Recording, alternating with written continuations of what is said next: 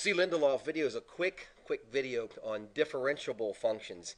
Differentiable functions, I kind of think of it in these two ways. I kind of think of it as uh, no corners, no cusps, if you will. And I've heard that said by many people, so I can't claim that as my own, but I think it's an interesting way to think of it. This function right here may be continuous but not differentiable, because if we could calculate the slope from here to here. And this looks like a line, so the slope would be some very specific number. And then if you calculated the slope from here to here, the slope would be totally different. And there's no kind of transitional period. For differentiability, I kind of look for the idea of smooth and well-behaved curves. The function also shouldn't do anything like this. So in this case, you see, this is the point where the function is not differentiable.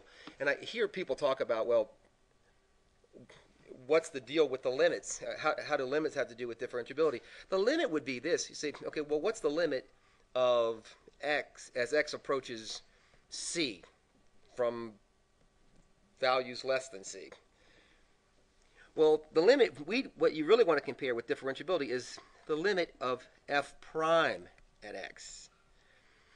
And what I think would be a better way to look at this is say that the limit of the derivative from one side should be the same as the limit of the derivative from the other side. So as I approach from values from the left, as I approach from values less than c, what's the slope doing? And if we have differentiability, then we can say that those two slopes should be the same. Here's an example. I'm looking at the slope of this function, and I'm looking at the slope of this function in this little tiny window right here. So what I'm saying is, and let's say I'm most interested in the slope of this function at this very specific point. I say, okay, well, as I go from values less, what's the slope doing? And is it predictable? Then as I go from this side, is it predictable? And if you can say that that's true, that you don't have any sharp corners, any vertical or any vertical asymptotes, then you can say that you have a function that is differentiable. The other one that I saw, and I've seen this a ton of times on the AP exam, is this kind of weird looking thing here. And it doesn't have to be of this exact form, and you have to kind of be a little suspicious of it. But if you see something like this, and it seems to go very vertical, if it seems to go very vertical, this doesn't have any corners or cusps on it. It looks like it's smooth and well behaved. But maybe you noticed this same part that I noticed, which would be this one. It gives me a question. I'm like, what's happening right here? And what's the slope of this? And what's the slope of a vertical line?